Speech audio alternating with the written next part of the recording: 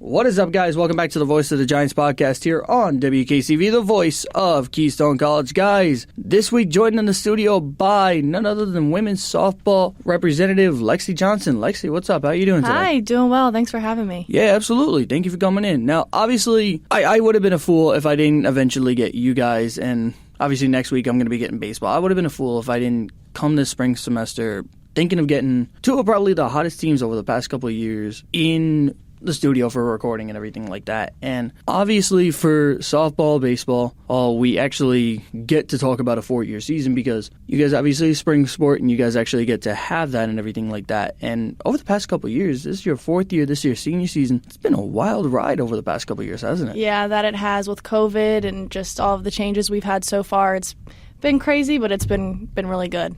Yeah, absolutely. And I would be remiss if I didn't say pretty much first time. I think last year I don't think you guys had the spring break trip. Did you, right? No, we didn't. Yeah, but this year you guys did and everything like that. And that spring break trip always, for whatever reason, whenever I see you guys go off on that spring break trip, just the atmosphere just picks up whenever I see the games online or something like that. So what does the spring break trip kind of do for you guys?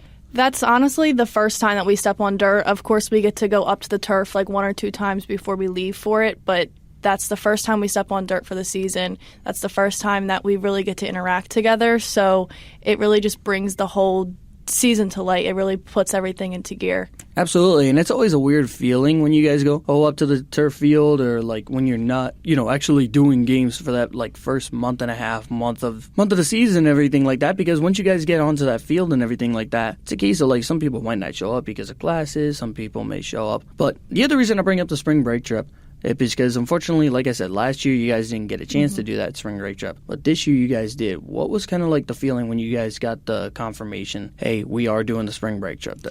It was really, really exciting. We had some hardships that we went through, but we really banded together as a team. And having the opportunity to go on the spring break trip was just the greatest thing that could possibly happen for us. It really got everyone excited and really put the team together and bonded us.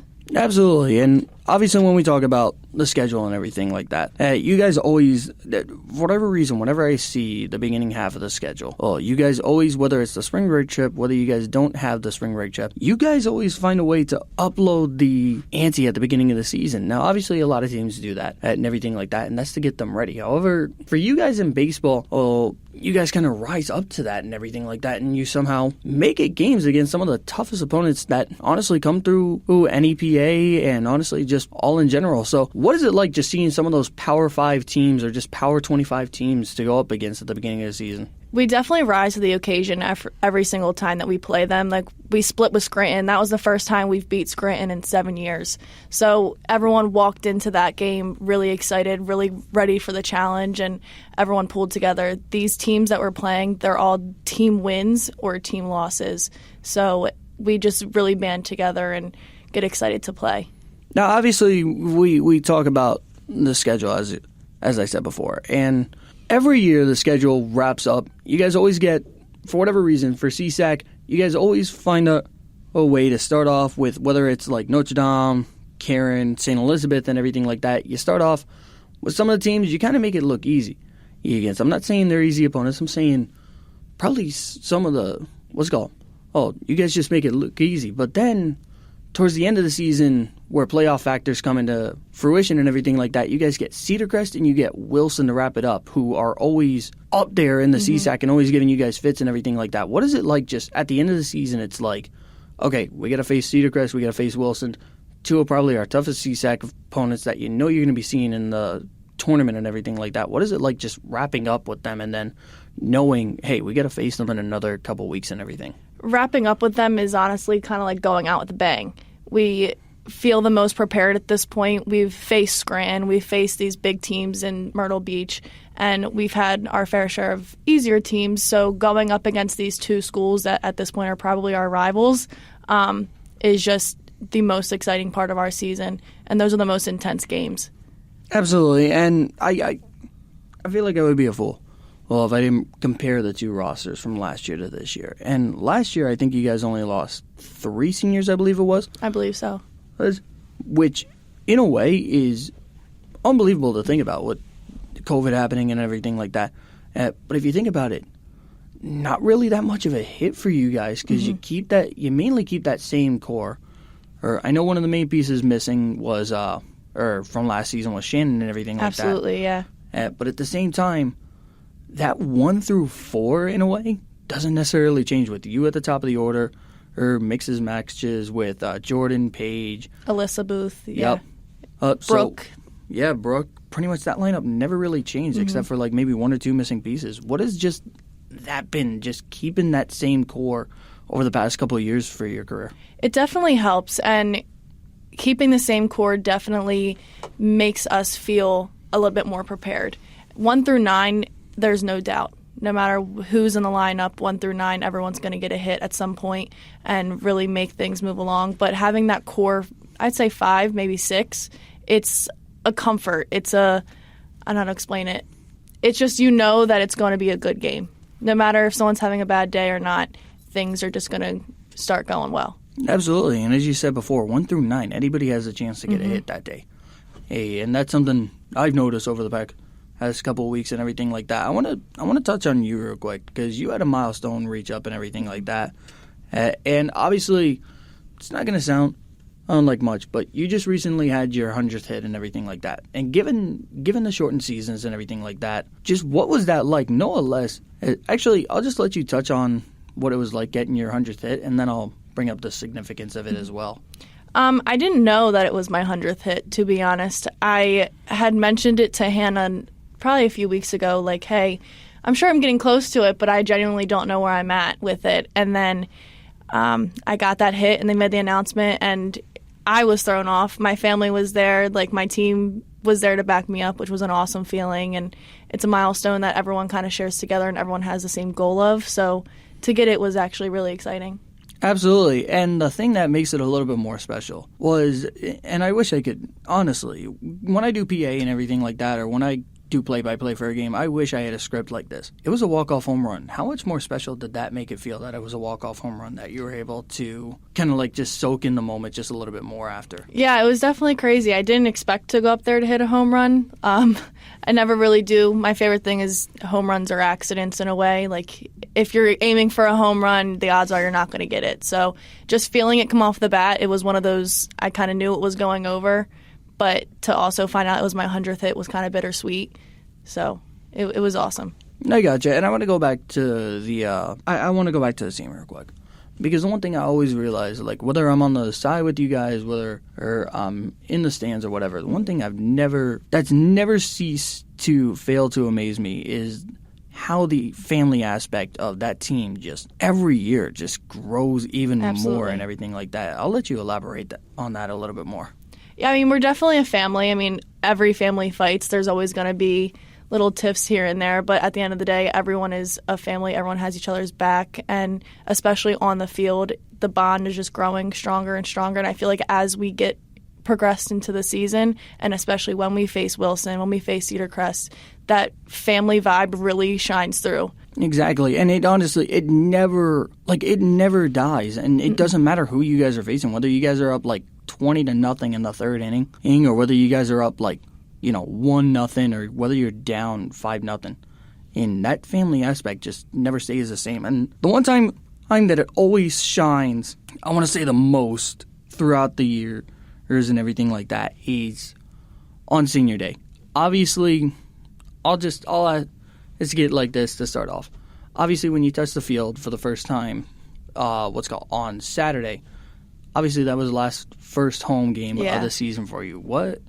I assume stepping on that field for your senior season, I assume it's like a little bit of a bittersweet moment. Oh, absolutely. And the 4 seniors and I were talking about it. We talked about it before we even stepped onto the field on the ride down there, that it was our last chance to do something for like the first time, if that makes sense. And to do it together with the people that we stepped into school with was an amazing feeling. Absolutely. And the best thing about it is that the 4 seniors this year, it's yourself, Bailey, Hannah, and Paige, if I'm right. Yep. All 4 of you have pretty much, like you said, came in together. Nobody transferred out. Nobody transferred in. It's been 4 core seniors. Yeah, and Bailey and Paige, they're super seniors, so this is their 5th year. But to Hannah and I, they're like the same age as us at this point because they were here when we got here. So it's really awesome to go through this last year with those two as well. Absolutely, and like you said, it obviously, fortunately, COVID bringing everything around and everything like that, and just allowing people to get that extra season and everything like that. So makes that moment even more sweet. Absolutely. But obviously, with your senior season, obviously comes senior day, and obviously, how fitting. You guys get Clark Summit for your senior day for that. And I assume just having Clark Summit as an opponent with the 6-11 rivalry that we always got going on. But the fact that it's going to be on senior day, I assume that's going to make it a little bit more bittersweet as well. Absolutely, yeah. And touching on that senior day, what has kind of been like the thought process like headed towards senior day and everything like that? Because you and me both know, in a softball season or in a spring season for that matter, you blink and like a month has gone by. Yeah. So I assume just the entire season right now is just looking ahead and everything like that.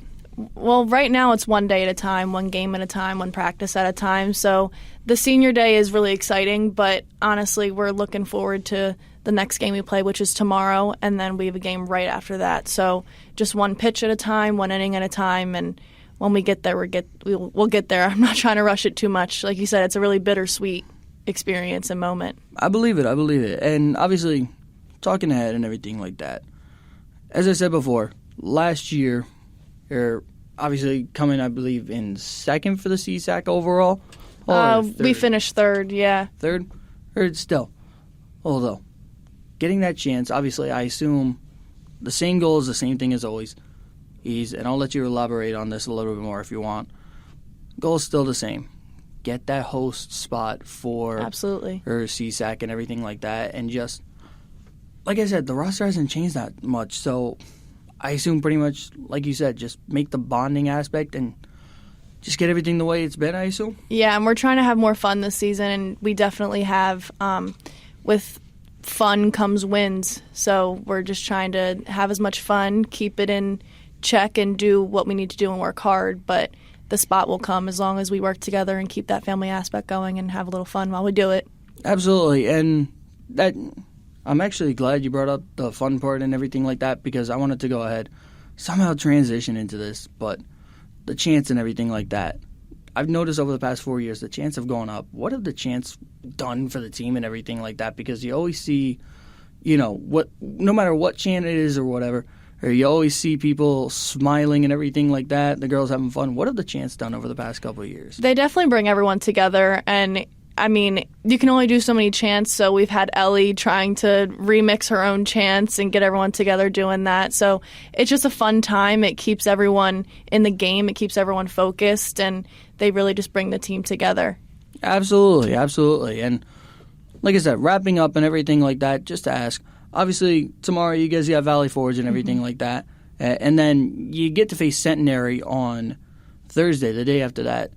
So what is it like going up against a CSAC opponent, but then facing a former CSAC opponent in Centenary? Yeah, it's definitely going to be interesting. CSAC is always a really stressful day, especially playing at home for CSAC.